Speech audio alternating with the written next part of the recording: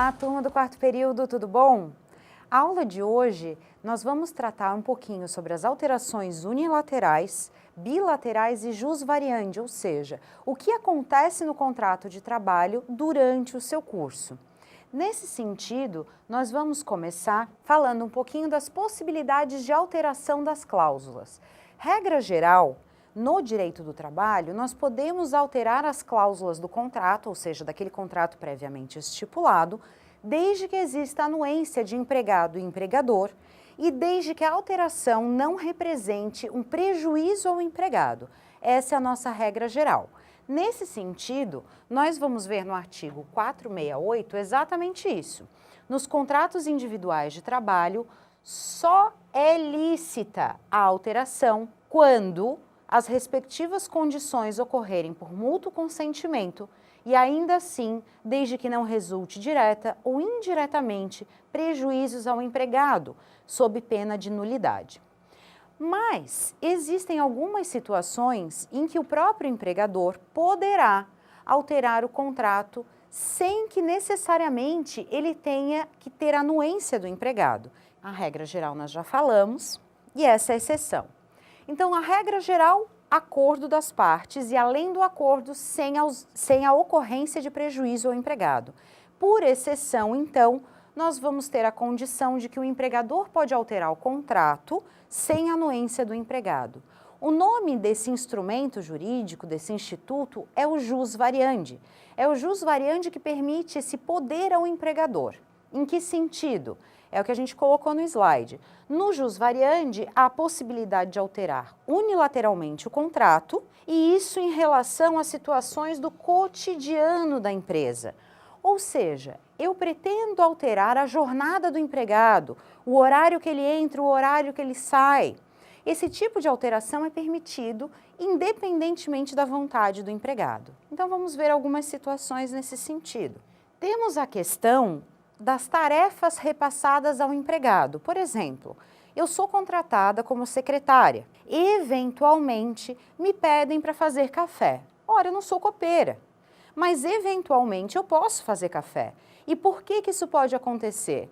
Porque a lei permite. A própria CLT vai dizer o seguinte: se o empregador contrata o empregado e no contrato não existe um descritivo específico de todas as atividades a serem desempenhadas, o empregador pode sujeitar o empregado a outras atividades, desde que compatíveis com a sua condição física pessoal. É isso que nós vamos ver no parágrafo único do artigo 456. A falta de prova ou inexistindo cláusula expressa a tal respeito, entender-se-á que o empregado se obrigou a todo e qualquer serviço compatível com sua condição pessoal. Dessa maneira, então, é possível que o empregador exija situações que necessariamente não parecem tão atreladas ao contrato, mas que não vão ser consideradas um desvio ou um acúmulo de função, que nós veremos adiante, exatamente porque são compatíveis com a condição pessoal do empregado e, portanto, são viáveis como jus variandi. Além disso, a função desempenhada. O empregador pode alterar a função como um todo do empregado? Pode. A principal alteração que nós temos por jus variandi nesse sentido é a questão do cargo de confiança. Quando nós vimos os tipos de empregados, nós vimos exatamente isso, certo? Se o empregador entrega para o empregado parcela do poder diretivo, ou seja, permite que o empregado organize, fiscalize e até puna os seus colegas, e além disso paga adicional de gratificação de função ao empregado, o que esse empregado se tornou? Em cargo de confiança. Essa alteração entre o empregado ser um empregado regular e ser alocado numa função de confiança é o empregador que decide pelo jus variandi, ou seja, ele não precisa da anuência do empregado. Ele confirma a função para o empregado, ele indica isso para o empregado pelo jus variandi. E o mesmo vai acontecer se o empregador não estiver satisfeito com o cargo de confiança. Ele pode retornar o empregado à função anterior. Isso não é uma alteração ilícita do contrato, muito pelo contrário, é extremamente possível e viável. Além disso, nós temos ainda uma situação em relação à gerência que a gente tem que destacar em razão da reforma trabalhista. Antes da reforma, ou seja, até 11 de novembro do ano passado, se eu tivesse um empregado em função de confiança, dando o nome que eu quisesse para a função, como a gente já comentou, gerente, supervisor, coordenador, não importa. Mas aquele empregado que exerce cargo de confiança, antes da reforma, se ele passasse 10 anos consecutivos exercendo atividade de confiança, ele incorporaria no seu salário este valor da gratificação. Entretanto, pós-reforma, nós vamos entender que a súmula, inclusive, que trata sobre isso, não vai ter aplicabilidade parcial, exatamente porque a CLT foi alterada. E alterada em que sentido? Vamos dar uma conferida aqui. Ela vai dizer o seguinte: pela alteração da reforma, o artigo 468 teve a inclusão do parágrafo 2º, dizendo que quando eu reverto o empregado ao cargo anterior, aquele que está em função de confiança, com ou sem justo motivo, não importa a razão, eu tenho a possibilidade de retirar o adicional, porque não assegura ao empregado o direito à manutenção do pagamento da gratificação, que não será incorporada independente do tempo de exercício. Dessa maneira, a gente pode verificar, então, que com essa alteração, a inclusão do parágrafo 2º no 468, nós não vamos poder mais ler a súmula que nós líamos antes com a possibilidade de incorporação. Que súmula é essa? Seria a súmula 372. Nesse sentido, nós vamos ler com restrição o inciso 1º, porque ele previa exatamente essa incorporação. Coloquei aqui para vocês o detalhe, ó. Choca-se com a atual redação da CLT. Então, recapitulando um pouquinho para a gente deixar bem claro. Posso, eu, empregador, transferir o empregado da função regular para a gestão, cargo de confiança? Sim. De forma unilateral? Com certeza. Posso revertê-lo ao cargo anterior? Posso revertê-lo ao cargo anterior. Posso retirar o adicional que eu pagava quando eu reverto ao cargo anterior? Posso. E hoje, independente do tempo que esse empregado esteve em cargo de confiança. O que nós vamos utilizar dessa súmula é o inciso 2º. Porque o que acontece? Eu reverto ao cargo anterior, ele perde a gratificação. Mas se ele se mantém no cargo, e aí nós usamos o inciso 2º da súmula, ele não pode ter o valor da gratificação rebaixado.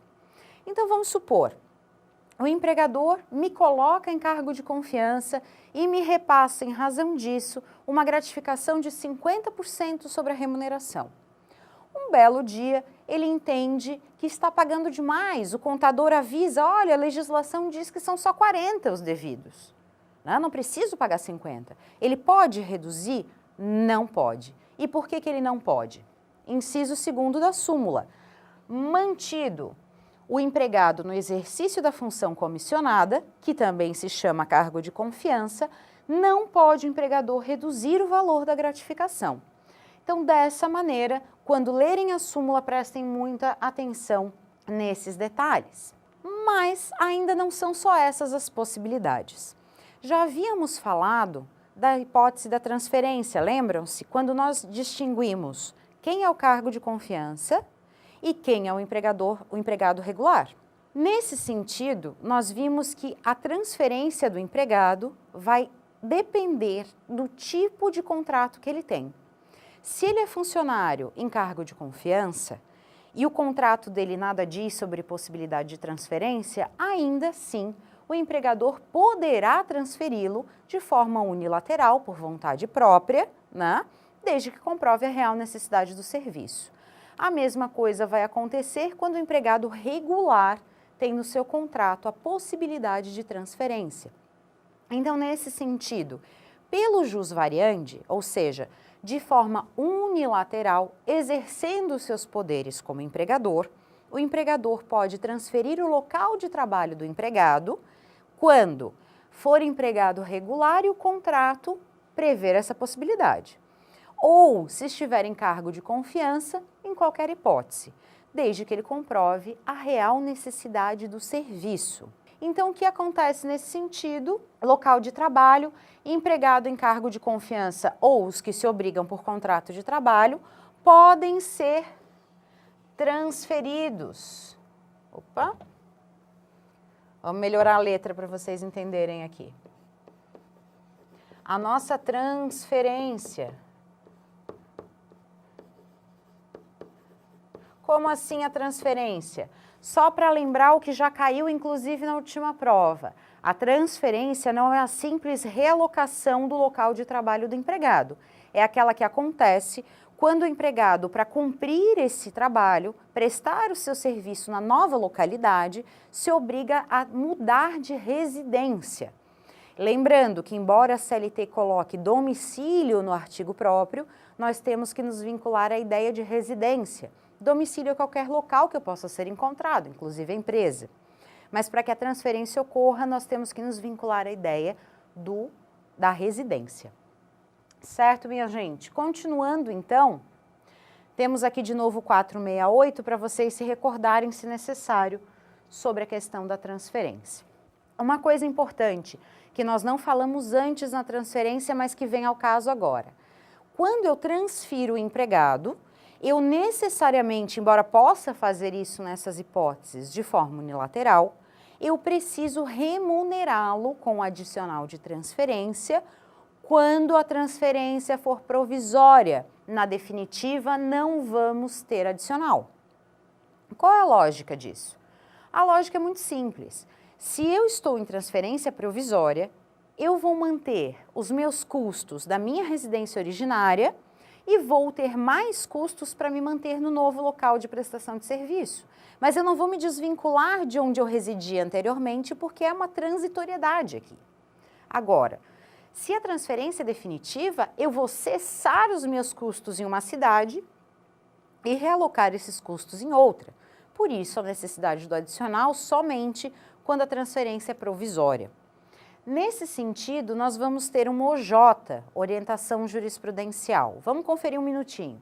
OJ número 113 do TST, adicional de transferência, cargo de confiança ou previsão contratual de transferência, desde que a transferência seja provisória. E aí a OJ explica, o fato de um empregado exercer cargo de confiança ou a existência de previsão de transferência no contrato de trabalho não exclui o direito ao adicional, porque o pressuposto legal para legitimar a percepção do mencionado adicional é efetivamente a transferência provisória.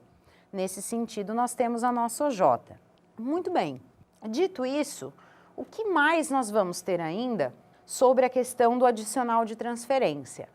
Deixei para vocês também um julgado do Tribunal Regional da 4ª Região, ou seja, Rio Grande do Sul, de 2013, que vai exatamente traduzir essa mesma situação. Aliás, deixei 2, inclusive.